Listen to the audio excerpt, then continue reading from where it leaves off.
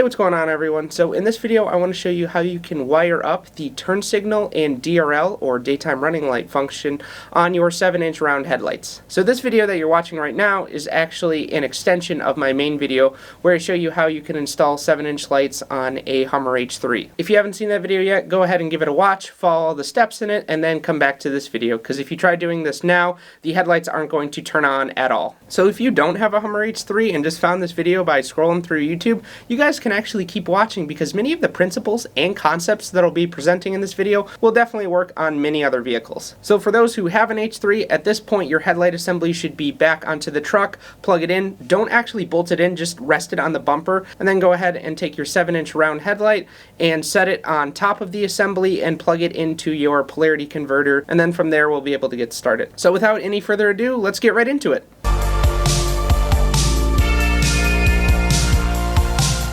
Alright, so I just went ahead and threw the headlight assemblies back onto the truck, but I didn't bolt anything down yet. Next, what we're going to be doing is getting the turn signal function on our LED headlights to work. And how we're going to do that is simply to tap into the factory turn signals. Now, if we go ahead and rotate this down, we can go ahead and see the harness that goes into the turn signals. So there are a total of 3 wires here. There's a black, there's a brown, and there's a blue. So in order to figure out which one we need to tap into, we got to test it. Pull this out. Now we have our 3 pins here. Turn on the truck. Now flash the right. While we're doing this, it should blink fast because there's no bulb connected. And now we can go ahead and grab our light tester. In order to get this to work, we got to go ahead and connect this to a ground source. So I'm just gonna put it on the battery right here. All right, so our first wire is a black wire. That's probably ground. And yep, nothing. Second wire is brown. And this lights up solid, so this is the parking light and not the turn signal. And then let's go ahead and take a look at our last one, which is the blue. And as you can see, it matches our turn signal, so the blue wire is the wire that we're going to need to tap into. Now we can actually go ahead and test this real quick just to make sure that this blue wire is the correct wire. I know it is. Stick this in just like here, and I activated the turn signal already, so once I plug this in, it should go. From the looks of it, the green wire is going to be the turn signal one. Plug it in real quick. And as you can see, the turn signal is lighting up. And then we can go ahead and put it on the other one. That's going to blink the daytime running light, which we're not using. And in order to get this test to properly work, I did have to go ahead and plug in my polarity converter. So the way I'm going to tap into these is simply to use a T-tap. Yeah, I know they're not the best. Soldering would be a lot better, but I'm kind of pressed for time right now. So let's get right into it. So first, let's open and go ahead and find that blue wire. Okay, got the blue wire. Take that out. Put it in our tap. Now we can close it and attach a wire to it. You will need your own wire for this part. As you can see here, I pre-made it. The wire's about 18 inches. So let's just go ahead and plug this in. Now what we could do from here is just go ahead and zip tie this onto here. I would really want to go ahead and use some wire loom to keep the wire safe and whatnot, but we're dealing with very limited space right here, because as you can see, this sits flat against here. So I think the best way to go about this is just to zip tie on here. And now it's all in. As you can see here, we've tapped right into here. We've zip tied it going down this wire loom right here, and it stops right about here where the OEM harness is. And from there, we can easily just go ahead and plug it into our light. So that's everything we need to do for the turn signal. We can go ahead and try it, and then we'll have to do it on the other side, of course. Just put this up like this. All right, so I just plugged it into the polarity converter, plug in the turn signal, and we can just rest our headlight here. Okay. Go around and see if they work. Ooh, and it looks like they are working. So that is good news. However, if you go ahead and take a closer look, you can see that these 2 lights aren't even blinking at the same rate. Now, the reason why this is happening is because these new lights are LED, whereas these lights right here, the original turn signals, are halogens. So in order to get these things working properly, what we got to do is swap out that incandescent bulb for an LED one.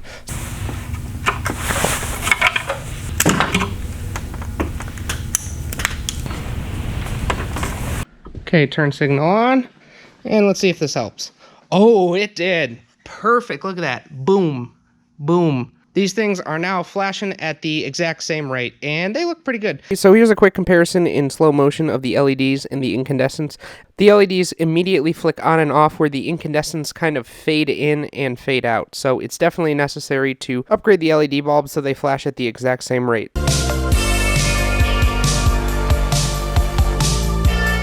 Now, to get the daytime running lights to work, there are a number of different ways that you can wire them up. But I'm going to be showing you how I would personally like to wire these up. The way we could do that is to wire up the daytime running light function directly to the fuse box. What we're going to need is an additional harness to wire up to the fuse box. Now, you can either make this harness yourself or buy one online. They do have plug-and-play options out there.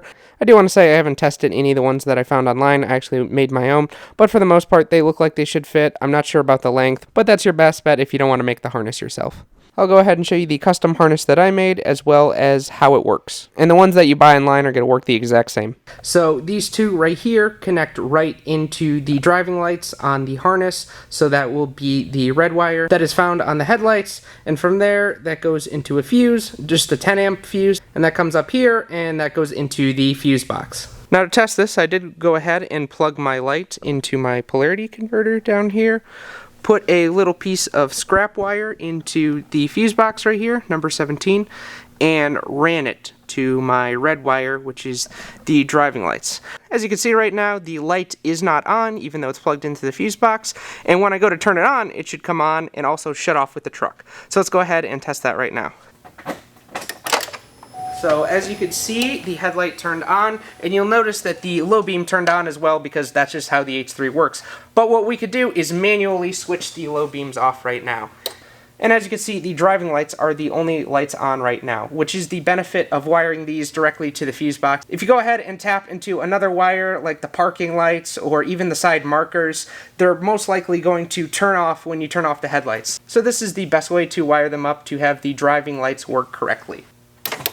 Okay, so now I just went ahead and pulled the key out, and voila, the lights turned off automatically. So no need to worry about turning the lights off. They'll turn off automatically when you take the key out of the ignition.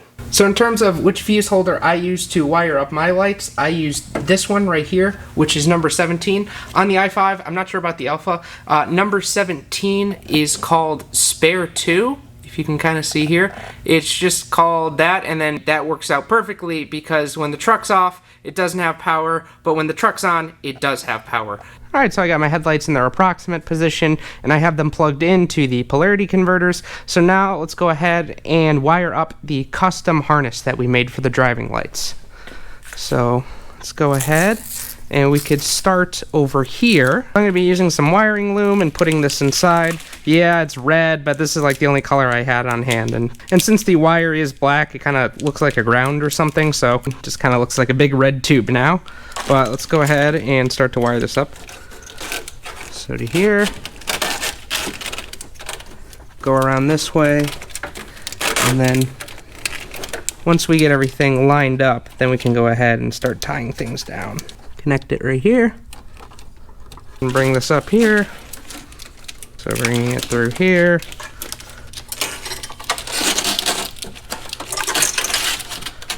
Connect our driver's side headlight. Alright, we got that connected, and send it to the fuse box. Just like that. And now we can go ahead and wire this through right through here. And go into number 17 on this side, not this side, so it technically be the passenger side. Push that in, just like that. Now let's go ahead before we zip tie anything down and see if it works.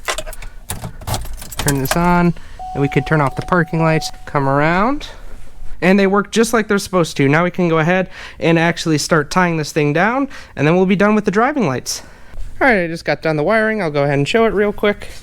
So we start right here where we plug into the headlight, and then go in here, up into here, you can see, and then to the other side where we connect to the other light right here, and then from there you go all around to here, and finally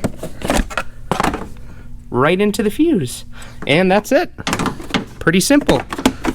And now we are done with the wiring and ready to plug and play. The red one is the turn signals, the one in the blue is the driving lights, and the H4 connector is obviously for the main high and low beam function on the headlights. Now we can go ahead and mount the headlights and then put the truck back together. We aren't going to be covering that in this video. That will be in the main headlight video. So now let's go ahead and look at each light function. So let's go ahead and turn on the truck. And as you can see, the low beams and the new DRLs come on. The reason why the low beams come on is they are the original DRLs. But what we could do is just manually shut them off, and now our new DRLs are the only thing on. And then also we can go ahead and use the turn signals. That's pretty cool. And then we can put on the hazards. So as you can see now, the DRLs and the turn signal is flipping back and forth. And we can even do that with the low beams on.